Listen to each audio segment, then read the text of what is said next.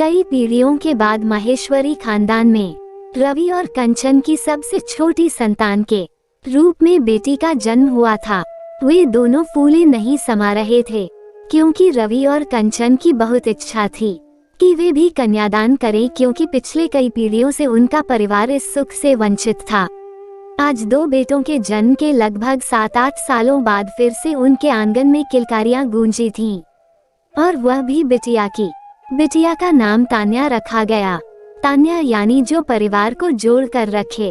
अव्वल तो कई पीढ़ियों के बाद घर में बेटी का आगमन हुआ था। दूसरे, तान्या की बोली एवं व्यवहार में इतना मिठास एवं अपनापन घुला हुआ था कि वह घर के सभी सदस्यों को प्राणों से भी अधिक प्रिय थी।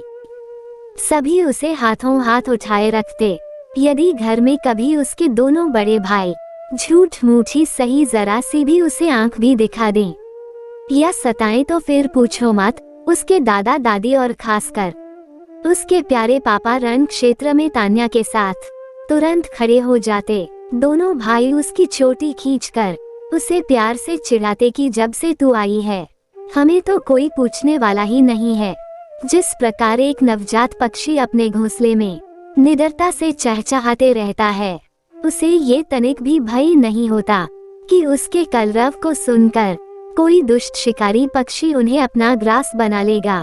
वो अपने माता पिता के सुरक्षित संसार में एक डाली से दूसरी डाली पर निश्चिंत होकर उड़ता और फुदकता रहता है।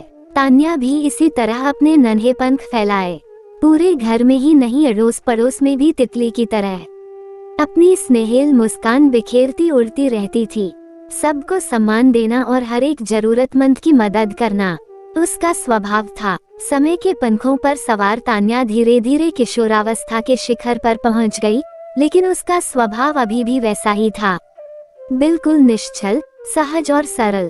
किसी अनजान से भी वो इतने प्यार से मिलती कि कुछ ही क्षणों में वो उनके दिलों में उतर जाती। भोली भाली तान्या को किसी भी व्यक्ति में कोई बुराई नहीं दिखाई देती थी। पूरे मोहल्ले में गुड गर्ल के नाम से मशहूर सब लोग उसकी तारीफ करते नहीं थकते थे और अपनी बेटियों को भी उसी की तरह गुड गर्ल बनाना चाहते थे।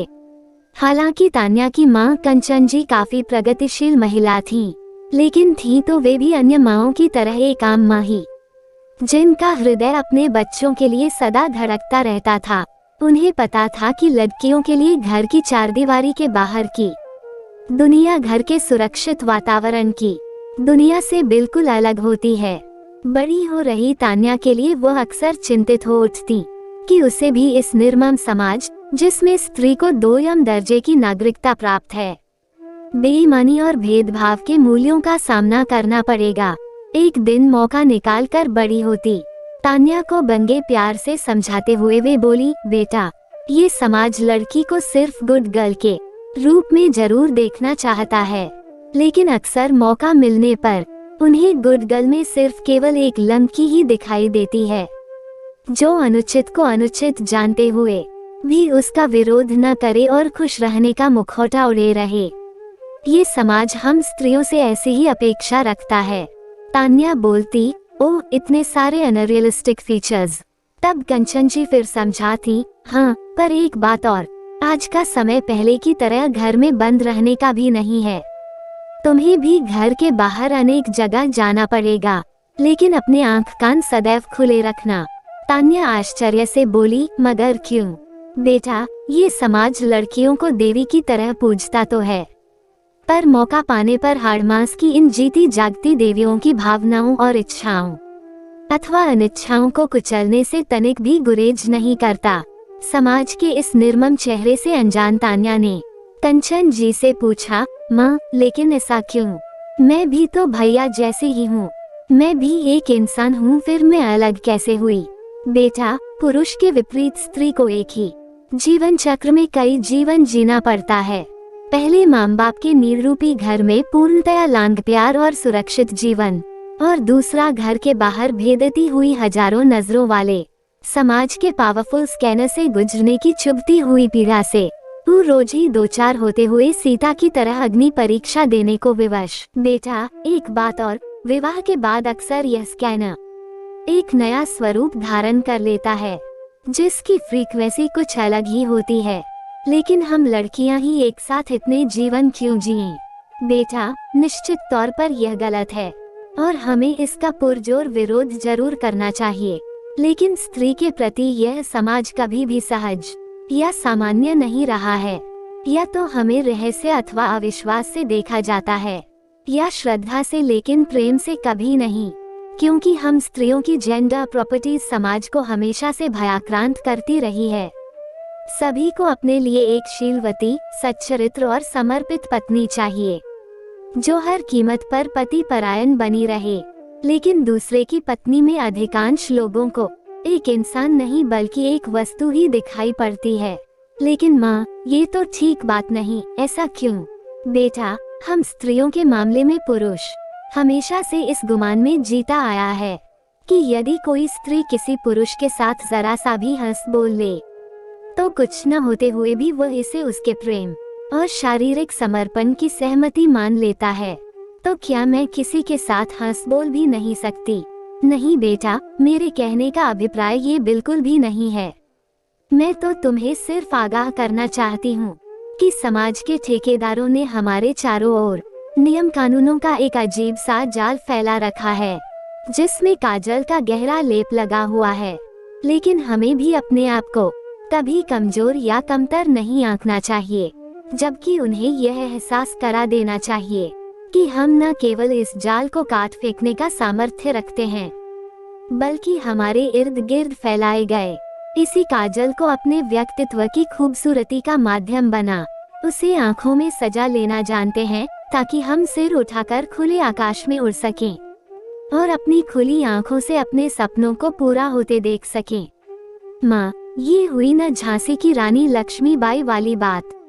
अपनी फूल सी बिटिया को सीने से लगाती हुई कंचन जी बोली, बेटा, मैं तुम्हें कतई डरा नहीं रही थी, बस समाज की सोच से तुम्हें परिचित करा रही थी, ताकि तुम परिस्थितियों का मुकाबला कर सको। तुम वही करना जो तुम्हारा दिल कहे। तुम्हारे मम्मी पापा सदैव तुम्हारे साथ हैं और हमेशा रहेंगे। समय अपनी गति से पंख लगाकर उड़ता रहा और देखते देखते एक दिन छोटी सी तान्या विवाह योग्य हो गई। संयोग से रवि और कंचन जी को उसके लिए एक सुयोग्य वर ढूंढने में ज्यादा मेहनत नहीं करनी पड़ी। एक पारिवारिक शादी समारोह में दिनकर का परिवार भी आया हुआ था। तान्या की निश्चल हंसी और मासूम व्यवहार पर मोहित होकर दिनकर उसे वहीं अपना दिल दे बैठा। शादी की रस्मों के दौरान जब कभी तान्या और दिनकर की नजरें आपस में एक दूसरे से मिलती, तो तान्या दिनकर को अपनी ओर एकटक देखता हुआ पाती।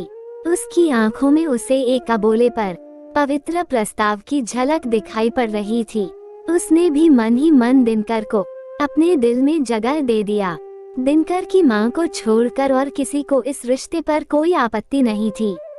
दरअसल दिनकर की मां शांताजी अपने दूर के रिश्ते की एक लड़की को अपनी बहू बनाना चाहती थी, जो कनाडा में रह रही थी और पैसे से काफी संपन्न परिवार की थी। दूसरे, उन्हें तान्या का सबके साथ इतना खुलकर बातचीत करना पसंद नहीं था, लेकिन बेटे के प्यार के आगे उन्हें झुकना ही पड़ा और कुछ ही समय के अंदर तान्या और दिनकर विवाह के बंधन से बंध गए। सरल एवं बालसुलभ व्यवहार वाली तान्या ससुराल में भी सबके साथ खूब जी खोलकर बातें करती, हंसती और सबको हंसाती रहती। पति दिनकर बहुत अच्छा इंसान था। उसने तान्या को कभी यह महसूस नहीं होने दिया कि वह मायके में नहीं ससुराल में है। उसने तान्या को अपने ढंग से अपनी जिंदगी जीने की पूरी आजादी दी। दिनकर की मां शांताजी कभी तान्या को टोकती तो वह उन्हें बड़े प्यार से समझाता, मां, तुम अपने बहू पर भरोसा रखो, वो इस घर का मान सम्मान कभी कम नहीं होने देगी। वो एक परफेक्ट गुड गर्ल ही नहीं, एक परफेक्ट बहू भी है। लेकिन कुछ ही दिनों में तान्या को यह एहसास हो गया कि उसके ससुराल में दो लोगों का ही सिक्का चलता है, पहला उसकी सास और दूसरा उसके नंदोई राजीव का। दरअसल उसके नंदोई राजीव काफी अमीर थे। जब तान्या के ससुर का बिजनेस खराब चल रहा था तो राजीव ने रुपए पैसे से उनकी काफी मदद की थी, इसलिए राजीव का घर में दबदबा था और उसकी सास तो अपने दामाद को जरूरत से ज्यादा सिर आंखों पर बैठाए रखती थी। राजीव का ससुराल में अक्सर आना होता रहता था। अपनी निश्चल प्रकृति के कारण तान्या राजीव के घर आने पर उसका यथोचित स्वागत सत्कार करती। जीजा सलहज का रिश्ता होने के कारण उनसे खूब बातचीत भी करती थी। लेकिन धीरे धीरे तान्या ने महसूस किया कि राजीव जरूरत से ज्यादा उसके नजदीक आने की कोशिश कर रहा है। उसके सहज निश्चल व्यवहार को वो कुछ और ही समझ रहा है। पहले तो उसने संकेतों से उसे समझाने की कोशिश की, लेकिन जब उसकी बदतमीजियां मर्यादा की देहरी पार करने लगी तो उसने एक दिन दिनकर को हिम्मत करके सब कुछ बता दिया। दिनकर यह सुनकर आपे से बाहर हो गया। वह राजीव को उसी समय फोन पर ही खरी खोटी सुनाने वाला था, लेकिन तान्या ने उसे उस समय रोक दिया। वह बोली, दिनकर, यह उचित समय नहीं है। अभी हमारे पास अपनी बात को सही साबित करने का कोई प्रमाण भी नहीं है। मांझी इसे एक सिरे से नकार कर मुझे ही झूठा बना देंगी।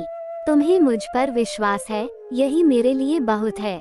मुझ पर भरोसा रखो, मैं सब ठीक कर दूंगी। दिनकर गुस्से में मुठियां भींच कर तकिए पर अपना गुस्सा निकालते हुए बोला, मैं जीजाजी को छोड़ूंगा नहीं, उन्हें सबक सिखा कर रहूंगा। कुछ दिनों बाद राजीव फिर उसके घर आया और उस रात वहीं रुक गया। संयोग से दिनकर को उसी दिन बिजनेस के काम से शहर से बाहर जाना पड़ गया। राजीव के घर में मौजूद होने की वजह से उसे तान्या को छोड़कर बाहर जाना कतई अच्छा नहीं लग रहा था, लेकिन बिजनेस की मजबूरियों की वजह से उसे जाना ही पड़ा। पर जाते जाते वह तान्या से बोला, तुम अपना ध्यान रखना और कोई भी परेशानी वाली बात हो तो मुझे तुरंत बताना। आप निश्चिंत रहिए, आपका प्यार और सपोर्ट मेरे लिए बहुत है। रात को डिनर करने के बाद सब लोग अपने अपने कमरों में चले गए। तान्या भी अपने कमरे का दरवाजा बंद कर बिस्तर पर चली गई। दिनकर के बिना खाली बिस्तर उसे बिल्कुल भी अच्छा नहीं लगता था। खासकर रात में उससे अलग रहना उसे बहुत खलता था। जब दिनकर सोते समय उसके बालों में उंगलियां फिराता तो उसकी दिन भर की सारी थकान छूमंतर हो जाती। उसकी यादों में खोई खोई कब आंख लग गई, उसे पता ही नहीं चला। अचानक उसे दरवाजे पर खटखट की आवाज सुनाई पड़ी।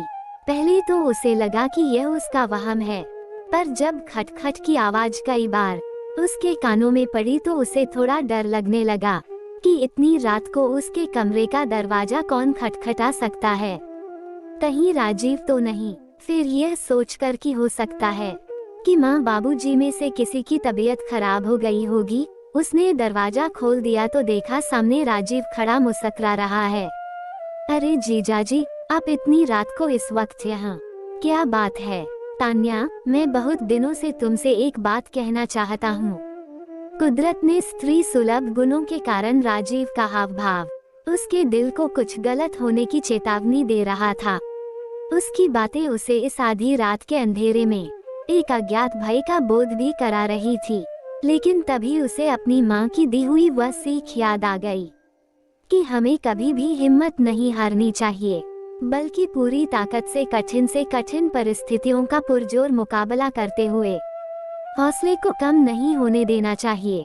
उसने हिम्मत करके राजीव से पूछा, बताइए क्या बात है? तान्या, तुम मुझे बहुत अच्छी लगती हो। I love you. I can do anything for you. यह आप क्या नापशनाप बके जा रहे हैं? अपने कमरे में जाए।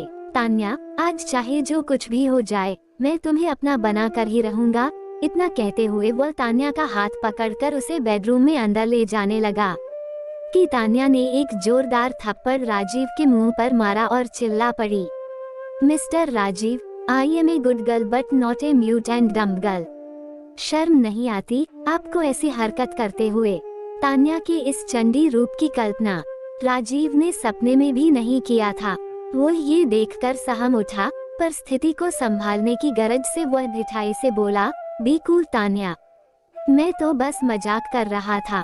जीजाजी, लड़कियां कोई मजाक की चीज नहीं होती हैं कि अपना टाइम पास करने के लिए उनसे मन बहला लिया।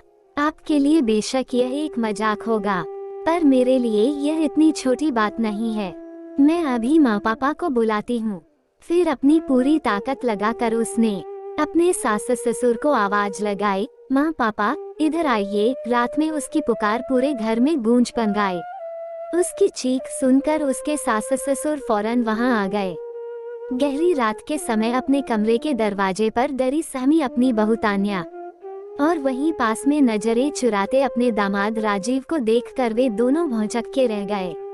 कुछ अनहोनी घटने की बात तो उन दोनों को समझ में आ रही थी, लेकिन वास्तव में क्या हुआ यह अभी भी पहेली बनी हुई थी।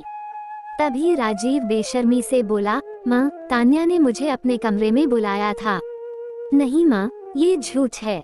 मैं तो अपने कमरे में सो रही थी कि अचानक कुंडी खड़कने पर दरवाजा खोला तो जीजाजी सामने खड़े थे और मुझे बेडरूम में जबरन अंदर ले जा रहे थे। नहीं माँ, ये झूठी है। इसने ही अभी वह अपना वाक्य भी पूरा नहीं कर पाया था कि अक्सर खामोश रहने वाले तान्या के ससुर प्रवीण जी की आवाज गूंज उठी। राजीव, अब खामोश हो जाओ। तुमने क्या हम लोगों को मूर्ख समझ रखा है? माना हम तुम्हारे एहसानों के नीचे दबे हैं, लेकिन तुम्हारी नस-नस से वाकिफ हैं। तुमने आज जैसी हरकत किया है उसके लिए मैं तुम्हें कभी माफ नहीं करूंगा। तुमने मेरी बहू पर बुरी नजर डाली और अब उल्टा उसी पर लांछन लगा रहे हो। इतना कहकर तान्या के सिर पर हाथ फेरते हुए बोले, बेटा तुम्हारा बाप अभी जिंदा है। मैं तुम्हें कुछ नहीं होने दूंगा। मैं अभी पुलिस को बुलाकर इसको जेल भिजवाता हूँ। अपने पिता समान ससुर का स्नेह स्पर्श पाकर तान्या उनसे लिपट कर रो पड़ी, जैसे उसके अपने बाबूजी उससे फिर से मिल गए हों। फिर थोड़ा संयत होकर बोली, पापा आपका आशीर्वाद और विश्वास मेरे लिए सब कुछ है, लेकिन पुलिस को मत बुलाइए। जीजाजी को सुधरने का एक मौका हमें देना चाहिए और फिर दीदी और बच्चों के बारे में सोचिए। इनके जेल जाने पर उन्हें कितना बुरा लगेगा। दिनकर के पिता प्रवीण जी कुछ देर सोचते रहे, फिर बोले, बेटा तुम्हारे माता पिता ने तुम्हारा नाम तान्या कुछ सोच समझ कर ही रखा होगा। ये तुम जैसी बेटियां ही हैं जो अपना मान सम्मान कायम रखते हुए भी परिवार को सदा जोड़े रखती हैं। जब तक तुम्हारी जैसी बहू बेटियां हमारे समाज में हैं, हमारी संस्कृति जीवित रहेगी। फिर अपनी पत्नी से बोले, शांता देखिए ऐसी होती है हमारे देश की गुड गर्ल, जो न अपना सम्मान खोए न घर की बात को देहरी से बाहर जाने दे। शांताजी के अंदर भी आज पहली बार तान्या के लिए कुछ गौरव महसूस हो रहा था। पति से मुखातिब होते हुए दामाद राजीव के विरुद्ध वे पहली बार बोली, आप ठीक कहते हैं। घर की इज्जत बहू बेटियों से ही होती है। पता नहीं एक स्त्री होने के बावजूद मेरी आंखें ये सब क्यों नहीं देख पाई। फिर तान्या से बोली, बेटा मुझे माफ कर देना।